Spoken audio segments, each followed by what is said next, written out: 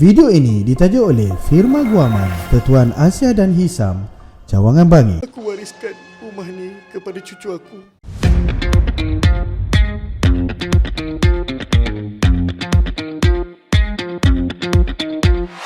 Dalam video ni, apa yang kita nak belajar ialah satu fasiliti, satu bantuan, satu insentif yang disediakan oleh kerajaan untuk membantu khususnya dua golongan. Yang pertama, pembeli rumah pertama dan juga bagi mereka yang tiada pendapatan tetap. Okey, apa nama fasilitinya? Fasilitinya dikenali sebagai SJKP, Skim Jaminan Kredit Perumahan. Okey, kita lihat pada sejarah dia. Bagaimana boleh bermulanya fasiliti ni?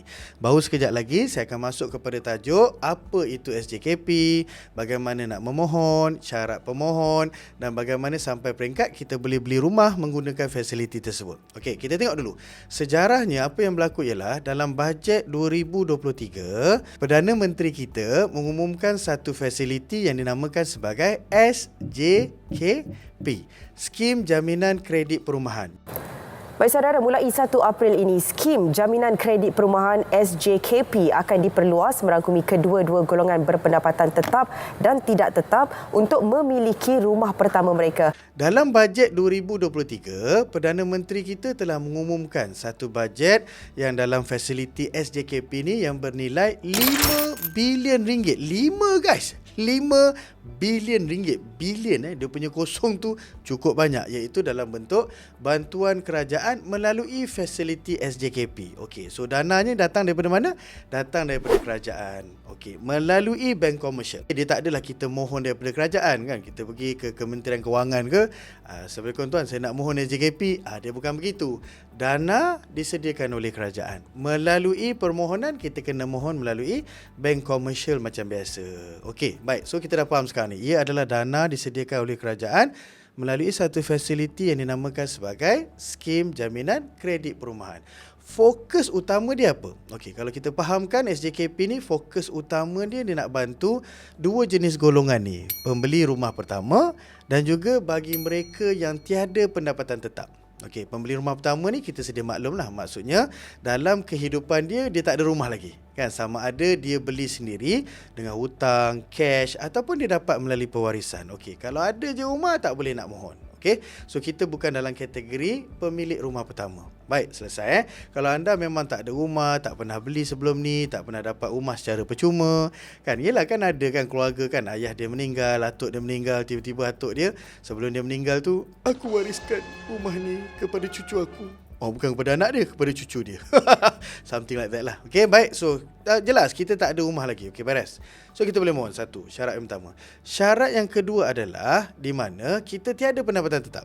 Okay, kalau saya ada pendapatan tetap, tak boleh mohon ke? Boleh. Asalkan kita pembeli rumah pertama. Okay, so dia fokus nak cuba bantu bagi mereka yang tiada pendapatan tetap. So yang pendapatan tetap teruskan boleh mohon asalkan dia pembeli rumah pertama. So dia nak bantu, tambahan bantuan dia kepada mereka yang tiada pendapatan tetap. Siapa? Contohnya macam golongan petani, golongan nelayan, bagi mereka yang dalam sektor economic gig, iaitu yang bawa Grab, yang bawa Food Panda, Lalamove dan sebagainya kan. Kan pendapatan dia yang jenis commission based, tak tetap. So ada dia punya syaratnya macam mana nak susun dokumen tersebut. Walaupun di mata bank nervous tengok gaji dia tak cantik, komisen tak cantik, tapi ada caranya bagaimana dengan SJKP ni kita masih lagi boleh buat pembiayaan dengan baik, dapat loan, dapat pembiayaan dan boleh beli rumah. Okey, so itu adalah asas dalam SJKP. Malahan kalau ikut pada Julai 2023, Perdana Menteri mengumumkan lagi, nak bagi manis lagi, nak bubuh lagi icing on the cake. Dia bubuh lagi krim sedap atas kek SJKP ni. Dia bukan sahaja menyediakan pembiayaan sehingga 100%, dia tambah lagi 120%. Maksudnya kita beli rumah tu kan, harga rumah tu kan 100%. Contohnya rumah tu 300,000 kan, 300,000 nilai rumah tu kan. So kita beli, okey, dapat pembiayaan penuh. So tak adalah kebimbangan kita nak kena simpan duit untuk sedia deposit kan, because semuanya dah cover. Rumah 300,000 dapat loan, tambah lagi 20% yang yang membawa kepada RM60,000. So RM60,000 ni nak guna untuk apa? Untuk bayar legal fee, stamp duty dan perkara-perkara lain yang melibatkan dalam kita nak membeli rumah. Malahan ada lebih, kita boleh buat renovation, kita boleh baiki rumah dan sebagainya. Berapa limit nilai rumah yang sesuai? Okey, kita lihat dua sudut pandang ni.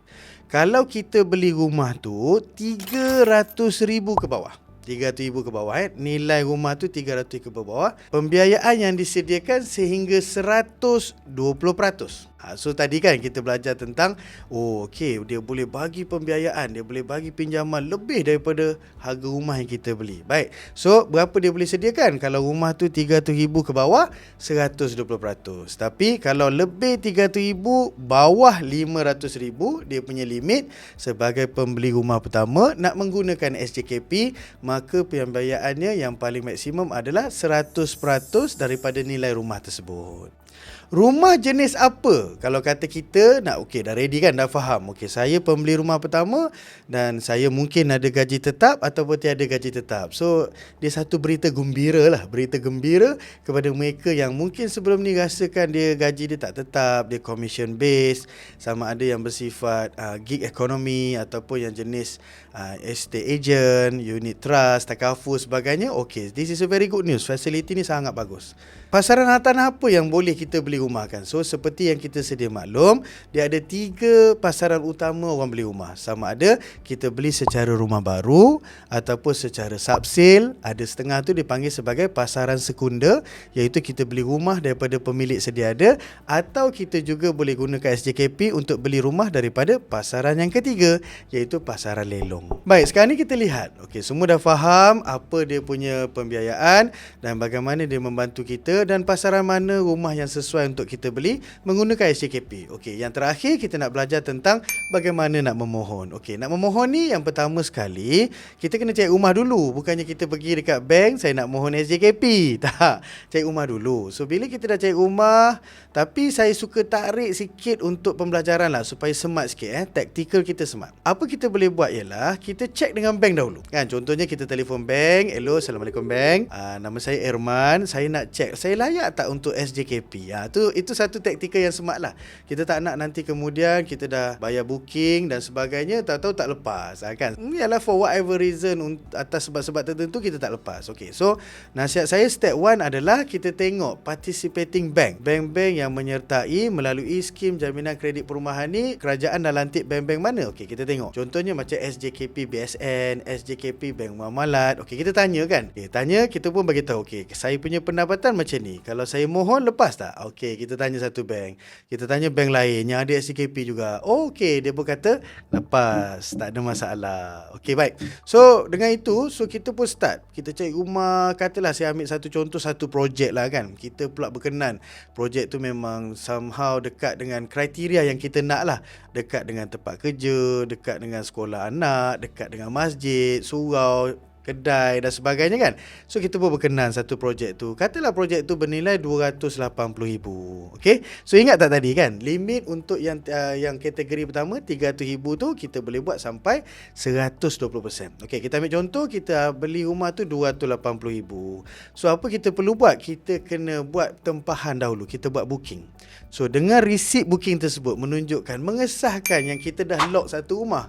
Jadi tak tahu lagi, tapi kita dah lock satu rumah tersebut. So kita pun bayar booking ke pemaju. Pemaju pun akan keluarkan satu receipt, ataupun ada setengah pemaju dia keluarkan offer to purchase. Macam-macam lah dokumen pengesahan yang kita dah booking, kita dah lock satu unit. So dengan receipt tersebut kita bawa ke bank. So ada setengah bank dia request kalau melalui SJKP ni, iaitu satu draft perjanjian jual beli. Dia macam draft SMP lah, menunjukkan kesungguhan kita bukan sekadar nak mohon SJKP tanpa ada rumah. Rumahnya dah ada pun draft SMP, kita mohon SJKP tersebut. Baik, yang kedua, so ada dalam syarat sah nak mohon SJKP ni, iaitu kita kena dapatkan pengesahan pendapatan daripada pegawai kerajaan grade A. So itu satu kategori kita boleh mohon untuk mereka cop pengesahan untuk mengesahkan pendapatan kita itu, ataupun daripada Jawatan Kuasa Kemajuan dan Keselamatan Kampung, JKKK. Kan, kalau kat kampung kita tu mesti ada JKKK. Pun dia pun boleh mengesahkan kita punya pendapatan, ketua kampung ataupun wakil yang terpilih. Baik, okey, itu semua adalah kategori untuk pengesahan pendapatan kita lah. Okey, yang ketiga, macam biasa tuan-tuan dan puan, bank akan perlukan dokumen-dokumen sokongan. Contohnya kita punya bank statement. Contohnya kalau kita jenis pendapatan tetap, kita punya penyata KWSP.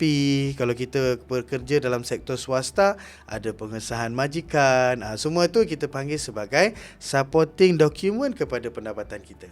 Baik, so yang terakhir bagi mereka yang tiada pendapatan tetap, contohnya macam seorang yang buat bisnes online, ada enterprise. So semua dokumen-dokumen yang melibatkan perniagaan kita diperlukan dalam permohonan SJKP ini. Okay, so last kali tuan-tuan dan puan, SJKP ni satu je, dia tak boleh mohon secara online. Dia kena pergi secara fizikal ke bank dan bawa dokumen-dokumen yang kita belajar tadi. Okay, so dengan itu saya harap anda semua telah belajar sesuatu dan boleh manfaatkan yang anda boleh beli rumah dengan baik menggunakan fasiliti yang dinamakan sebagai SJKP, Skim Jaminan Kredit Perumahan. Kena ingat tahu guys, dia bukannya selama-lamanya, dia ada limit. Berapa banyak peruntukan untuk SJKP? Iaitu sebanyak 5 bilion saja. Tak silap saya, dengar-dengarnya 2 bilion dah habis. So tinggal lagi 3 bilion. Okey? So kepada anda yang pembeli rumah pertama dan juga tiada pendapatan tetap, sudah tentu ini menjadi berita yang sangat gembira untuk anda. Steady. Okey, terima kasih guys kerana sudi tonton sampai habis video perkongsian saya kali ini. Thank you very much. From deep of my heart, I say thank you. Jangan lupa macam biasa untuk subscribe, untuk dapatkan dan nantikan video-video terbaru daripada Erman Taib. You guys are awesome. Thank you very much. Take care. Okay? Go away. Jadi ataupun daripada Jawatan Kuasa, apa dia panggil tu?